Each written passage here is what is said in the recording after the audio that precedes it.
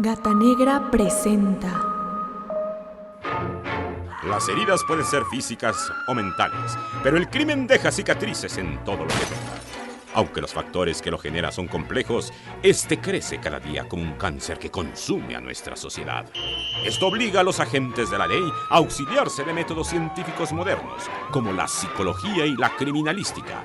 La guerra parece no tener final, pero una cosa es cierta: puedes correr, pero no esconder. Esto es Testigos del Crimen, con Guadalupe Gutiérrez y Roberto Coria.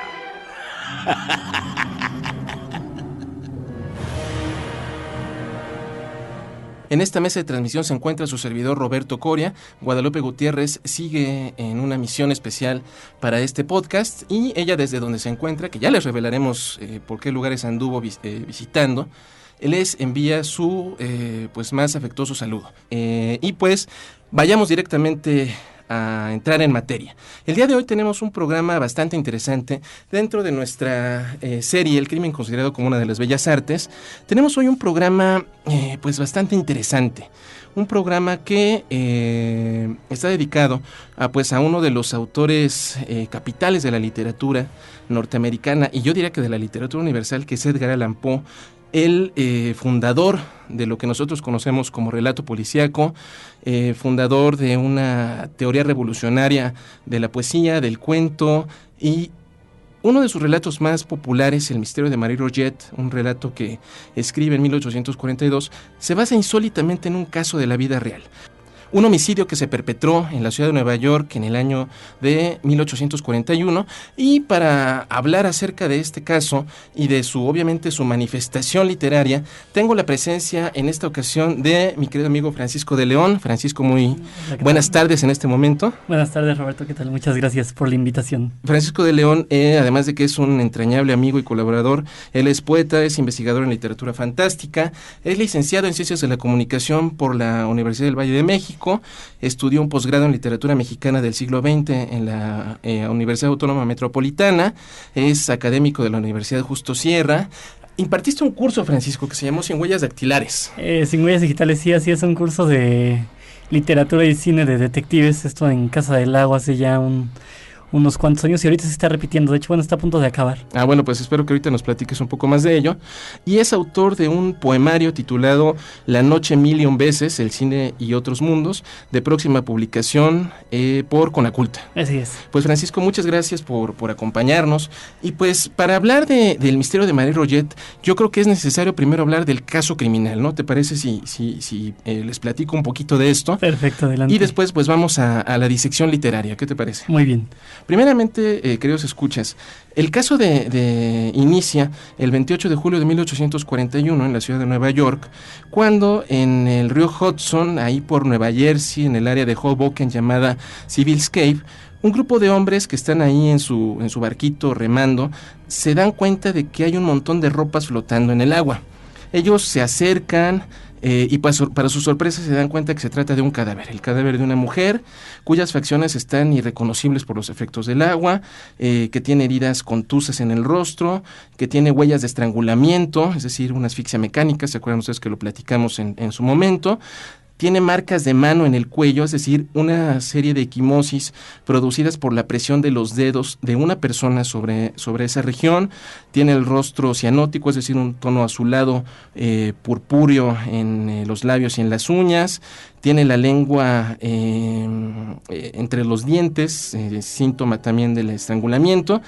Tiene las manos atadas, tiene el vestido rasgado, está amordazada con una parte de tela de su vestido, presuntamente huellas de abuso sexual, no había signos de embarazo, eso es cierto, y los médicos que examinaron el cuerpo dedujeron por su vestimenta que era una chica de buenas costumbres, posiblemente había participado en esta agresión más de una persona.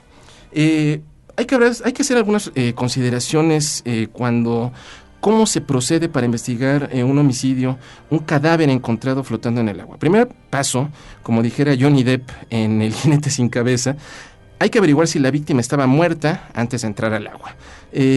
La sumersión en agua de alguna manera acelera el proceso de putrefacción.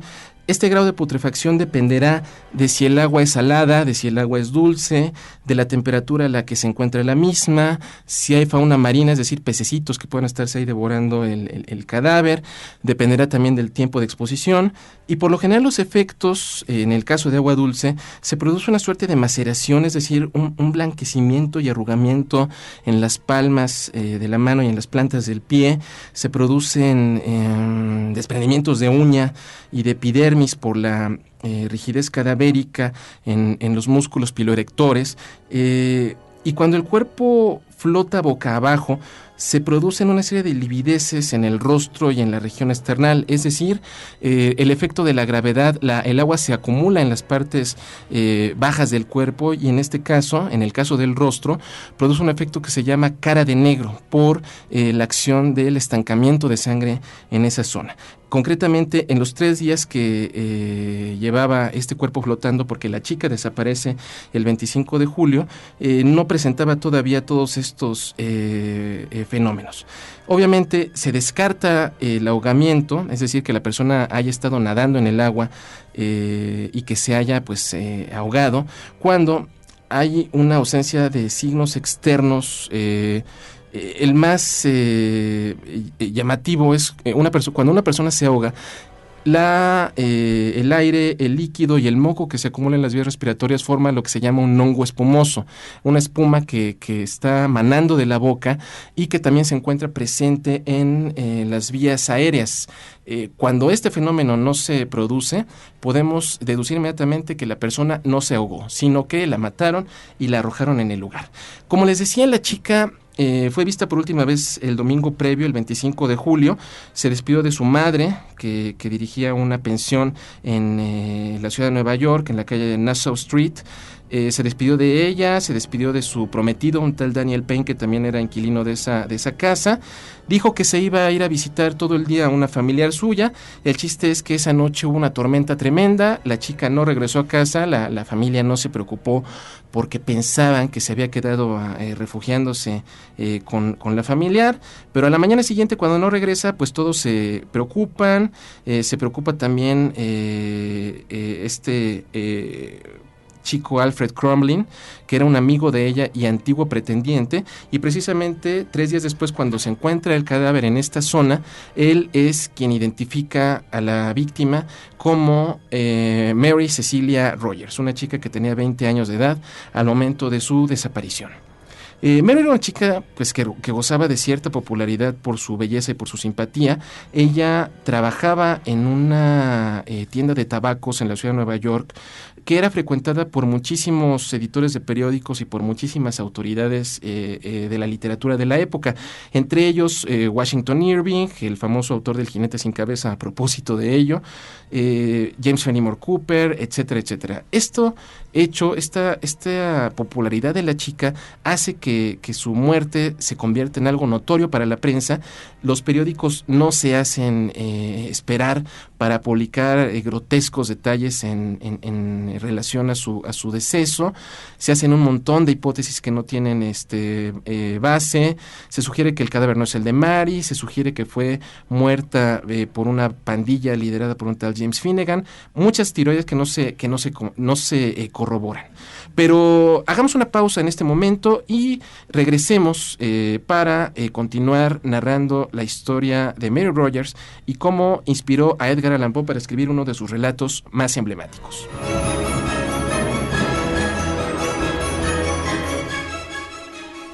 Regresamos a Testigos del Crimen con la presencia de Francisco de León, quien ahorita nos platicará, lo explotaremos como se debe, y platicamos acerca de el misterio de Marie Roget, este famoso relato de Edgar Allan Poe, y cómo se inspira en un caso de la vida real, el caso de Mary Cecilia Rogers, quien fue muerta y encontrada flotando en el río Hudson.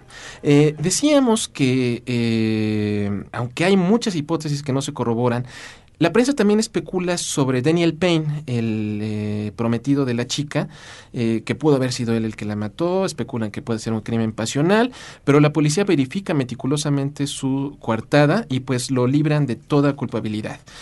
El 25 de agosto siguiente, una mujer llamada Frederica Loss, dueña de una taberna cercana al lugar del crimen, reporta que sus hijos encuentran en un paraje una serie de prendas femeninas. La más notable de ellas, un pañuelo que tenía las iniciales MR. Mary Rogers podría ser. Entonces, pues esto de inmediato reactiva la atención de la prensa por el caso. Se especula si esta verdaderamente fue la escena del homicidio. El hecho es que las ventas en la taberna de esta mujer aumentan por la cantidad de curiosos que se dan cita para conocer el sitio donde mataron a Mary Rogers. Y sin embargo, las declaraciones de Frederica Loss son inconsistentes. Ella señala que la tarde del 25 de julio, es decir, el día que fue vista por última vez Mary, el día que salió de su casa, fue vista entrando en esa taberna con un hombre de complexión oscura, que ella pidió limonada, que él pidió licor y que luego salieron juntos del brazo. No se sabe de ello. La policía ofrece recompensas, las cuales nunca reditúan respecto a información sobre el caso. Si resulta significativo que Daniel Payne, que se suma en una depresión profunda, que se convierte en un alcohólico después de la pérdida de su amada, el 7 de octubre siguiente acude a la taberna, pregunta por el lugar donde fue encontrada la ropa, se pone una borrachera tremenda, va al sitio, se sienta ahí a meditar, escribe una carta y después de eso se toma una botella de láudano. El tipo muere unas horas después. Lo significativo es que la carta dice al mundo: estoy en el sitio preciso, que Dios me perdone por mi vida malgastada. Creo que esta carta por sí sola no revela ningún tipo de culpabilidad o ningún tipo de remordimiento. El hombre se sabe y está documentado que estaba profundamente enamorado de la chica y pues decidió interrumpir su vida porque no podía soportar su pérdida. El octubre del año siguiente, 1842, la policía no tiene éxito y Frederica Loss, la dueña de la taberna, por accidente es herida de muerte por uno de sus hijos en un incidente con un arma de fuego. Y es curioso que la mujer, en su lecho de muerte, acompañada por su médico, le dice que Mary Rogers asistió a esa taberna acompañada de un médico para practicarse un aborto ilegal y que la chica murió por las complicaciones del aborto y ellos la arrojaron al río para evitar problemas con la ley. No obstante, hay muchísimas interrogantes. Efectivamente hubo un aborto, la policía, los examinadores médicos nunca encuentran señales de que la chica haya estado embarazada en algún momento, aunado a su historial de buenas costumbres, aunado a las marcas en el cuello, a los signos de violación.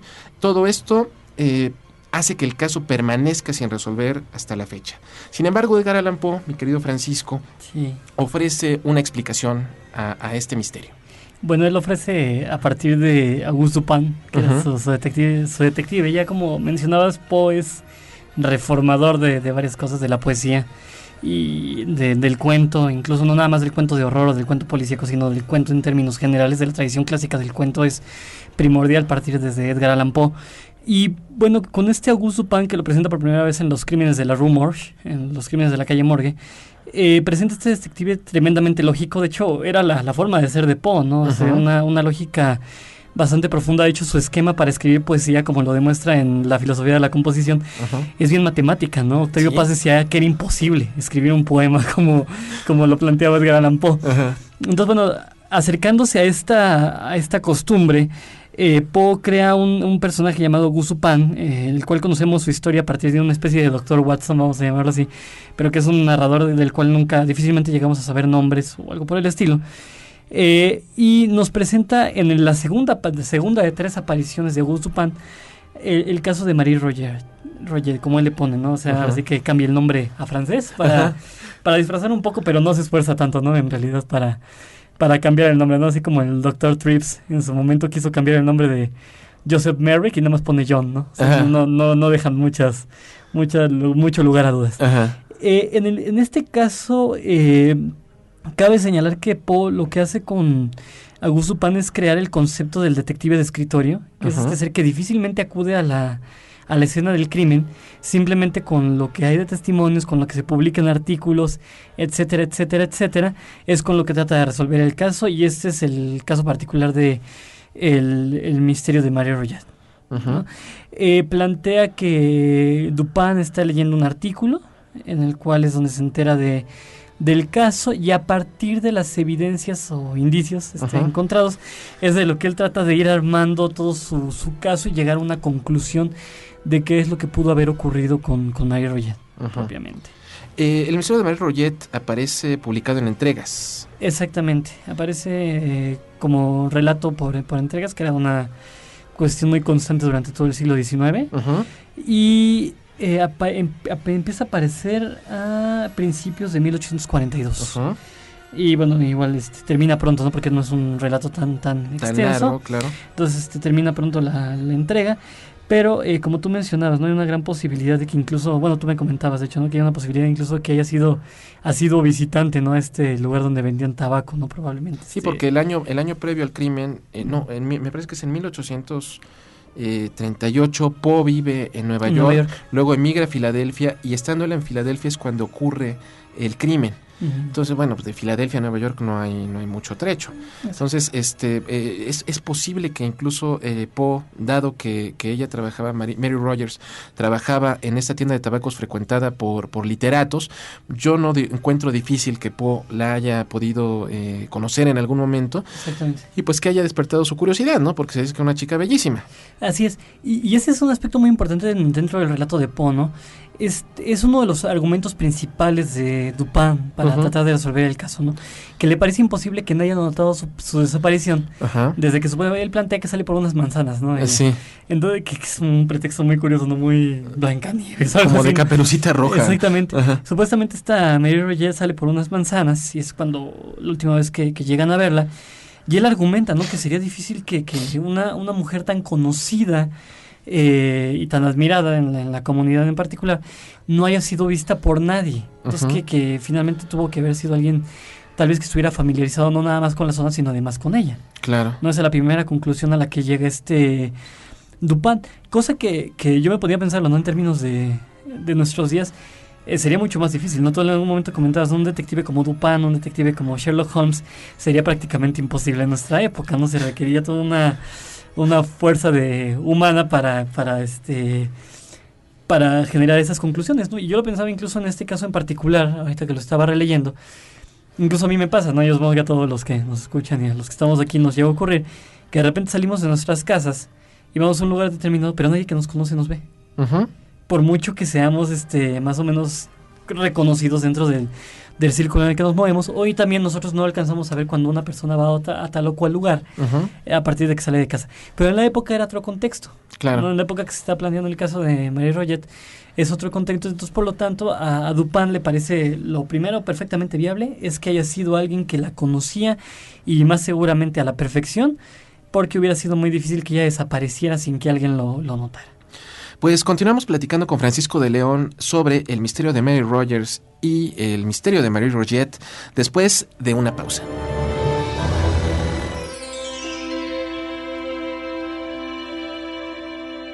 Continuamos en esta emisión podcast de Testigos del Crimen dedicada a Edgar Allan Poe y el misterio de Mary Rogers. Seguimos platicando con Francisco de León, poeta, escritor, loco, y hablamos acerca de el relato, el misterio de Marie Roget. Háblanos un poco acerca de la estructura narrativa, Paco, porque a mí me llama mucho la atención, si tú recuerdas y si nuestros escuchas conocen, Borges acuñó el término poema conjetural, que es el juego de la imaginación basada en una serie limitada de elementos de la vida real. En este caso, Poe decide trasladar su historia de Nueva York, donde ocurre el hecho criminal, al París de Auguste Dupin. ¿Por qué crees que ocurre esto? Bueno, ocurre en primer lugar por el odio que tenía Poe a Norteamérica, en más de un sentido. De hecho, él llegó a confesar, ¿no? Que no se sentía muy identificado con el país donde nació, salvo por determinadas ciudades, ¿no? Entonces, por eso siempre se quedó en el norte y en el este, además, ¿no? Que es así como que lo más europeo que puede tener Estados Unidos. Ahora sí que, como decía Oscar Wilde, ¿no? A Estados Unidos e Inglaterra los unía todo menos el idioma. Y ahora que empezaba desde ahí su preocupación, ¿no? Tan preocupado por el buen inglés.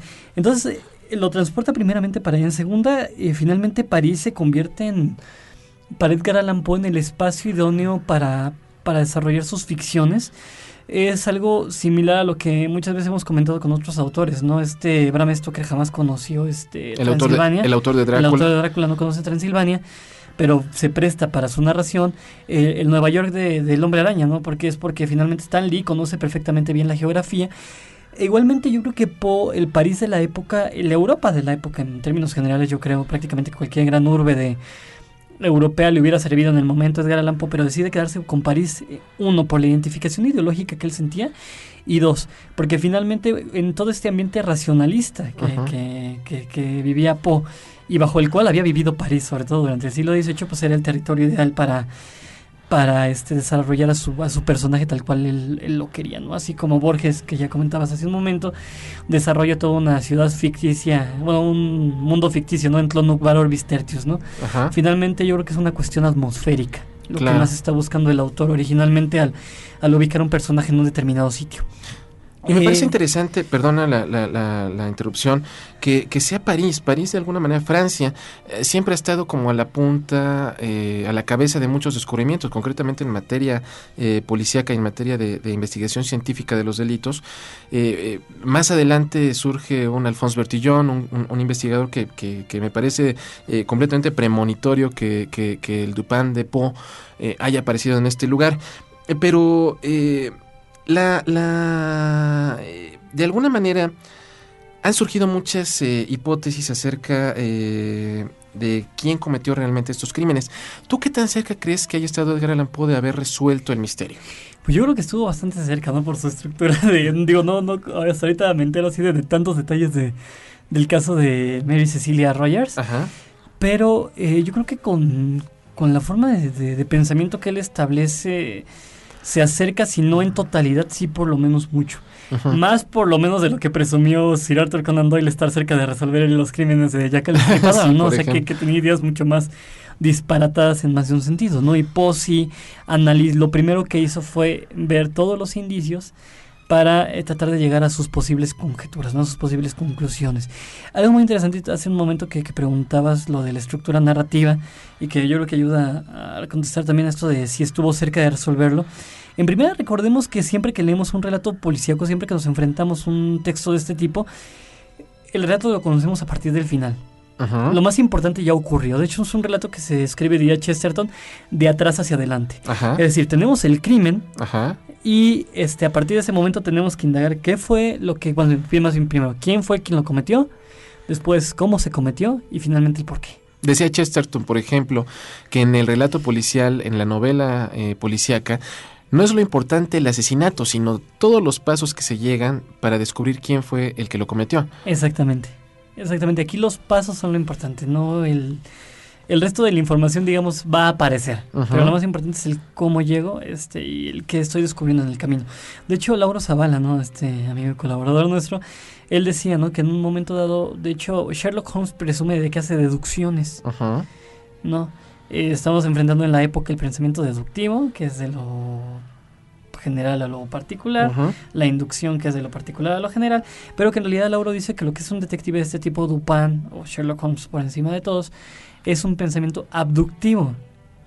Es decir, tomo todos los elementos, los extraigo a partir de ese momento y a partir de ese hecho se plantea no el suceso general, sino que los sucesos generales pueden servir para resolver un particular, ¿no? Pero bueno, hay una serie de variantes por parte de la abducción. ¿No? Entonces, eso sí es muy importante, ¿no? Tomar en cuenta que el relato lo estamos resolviendo de atrás hacia adelante. Entonces, Poe presenta primero ¿qué? El artículo que él lee, ¿no? Y bueno, que después lo pone en manos de Dupin, uh-huh, el texto, ¿no? Y se lo atribuye a un periódico, para ir a una revista, si mal no recuerdo, es más bien un semanario, ¿no? Uh-huh. Que se llama L'Étoile, o L'Étoile, sí, se llama L'Étoile. Perdón nuestro francés. Exactamente, sí. Es pésimo francés. Uh-huh. Pone primero el texto, a partir de ello plantea todo el caso y empieza a hacer las conjeturas en primera instancia Dupin. Uh-huh. No, meramente con lo que está leyendo. Y que esa primera parte del texto que él está leyendo especifica el cómo encontraron el cadáver, que era lo que tú ya mencionabas hace un momento. Uh-huh. Entonces, a partir de ahí, a la conclusión que quiere llegar es a cómo la asesinaron, uh-huh, y en qué momento. Y una cuestión interesante que me parece destacar del razonamiento de Dupin, él en algún momento del relato dice: La historia del conocimiento humano ha demostrado ininterrumpidamente que la mayoría de los descubrimientos más valiosos los debemos a los acaecimientos colaterales, incidentales o accidentales. Y continúa Dupin, es un hecho verificado que la mayor porción de toda la verdad surge de lo colateral. Exactamente. Pues Francisco, ¿cómo a más de 100 años, 150 años que fue escrito el relato, ¿cuál calificarías que es su aportación al relato policial? Pues en términos generales todo el relato ya representa una aportación, insisto, desde el planteamiento que hace ya desde los crímenes de la calle Morgue, ¿no? Uh-huh. Nos está planteando varios elementos que vamos a recoger en la literatura policíaca posterior, ¿no? Dashiell Hammett, Sir Arthur Conan Doyle, sobre todo Agatha Christie, ¿no? Que no es de mis favoritas, pero bueno, ilustra muy bien, ¿no? Más bien yo insisto que Agatha Christie, más que escribir novelas policíacas, escribía manuales sobre cómo escribir novela policíaca. Era demasiado obvia en más de un sentido. Uh-huh. Por ejemplo, plantea, aquí a diferencia de los otros casos de Auguste Dupin, plantea un crimen abierto. Uh-huh. Porque Poe en los crímenes de la calle Morse plantea lo que se llama el crimen o el misterio de habitación cerrada. Que él lo inventa. Él inventa, exactamente, él inventa el término, ¿no? De hecho, uh-huh, el propio término de detective pues aparece por ahí, ¿no? Uh-huh. Inventa también el falso sospechoso. Uh-huh. Siempre nos plantea una idea de un falso sospechoso, en este caso el prometido. Hay una complicación siempre. Exactamente, ¿no? Y que nos distrae como lectores. Fue este. Y todo el tiempo es lo más curioso, ¿no? Que cuando nos presenta los pormenores de este falso sospechoso, verdaderamente llega un punto en que Poe y muchos otros autores que manejan este género nos hacen creer que verdaderamente esa persona va a ser la culpable, ¿no? Uh-huh. Plantea también, además insisto, el concepto del detective de escritorio que está resolviendo todo desde su lugar de trabajo, difícilmente se llega a presentar en la escena del crimen. Uh-huh. Pero en este caso en particular de Marie Roget, insisto, es la primera vez que Poe plantea, a diferencia de los crímenes de la calle Morgue o la carta robada incluso, o el escarabajo de oro. El escarabajo de oro, que si no bien no es Dupin, es uh-huh, otro relato con tendencias policíacas, plantea un crimen cometido al aire libre. Exacto. Entonces desarrolla o desenvuelve a Dupin en un ambiente radicalmente distinto al que lo va a presentar en su primer y último casos. Claro. No, entonces esa yo creo que ya es una aportación tremenda, ¿no? Que van a tomar autores posteriores y no cerrarse. Él mismo comprueba como padre de un género que, bueno, yo creo que difícilmente se pensaba a sí mismo como tal para ese momento. Yo creo que los que presumen de ser padres de géneros están perdidos. Sí, claro. Pero él que se convierte en ese momento en el padre de este género, extrae a su mismo personaje, es decir, ni siquiera él se apega a su propia regla, ¿no? Él simplemente está presentándole a su creación, a su personaje principal, varias posibilidades para resolver un crimen. En este caso es un crimen cometido al aire libre y con todas las variantes que esto representaría, ¿no? O sea, como tú comentabas, ¿no? El agua que trata de otra forma, el cadáver, etcétera, y las dificultades para resolverlo lo pone en conflicto con una situación radicalmente opuesta a la que lo había enfrentado en los crímenes de la calle Morgue para ese momento. Pues mi querido Francisco, hemos llegado al final de esta emisión. Quiero comprometerte para que en algún momento regreses a Testigos del Crimen para platicar sobre literatura policíaca, que es pues uno de los campos de tu experticia. Y terminaremos recomendando la lectura de este relato, debido a que pues obviamente es un texto que ya expiraron todos los derechos de autor. Lo pondremos en nuestra página web www.testigosdelcrimen.com. Pondremos los 3 relatos de Auguste Dupin para que todos ustedes, si tienen curiosidad de acercarse hacia estas historias, pueden hacerlo con toda libertad. Pues Francisco de León, muchísimas gracias por estar en esta ocasión con nosotros. Gracias por la invitación. Gracias a René Palacios Gaguín en la producción y me despido por ahora. Estuvo con ustedes Roberto Coria y esto fue Testigos del Crimen. Esto fue Testigos del Crimen con Guadalupe Gutiérrez y Roberto Coria. Testigos del Crimen, un programa de Frecuencia Cero, la otra radio.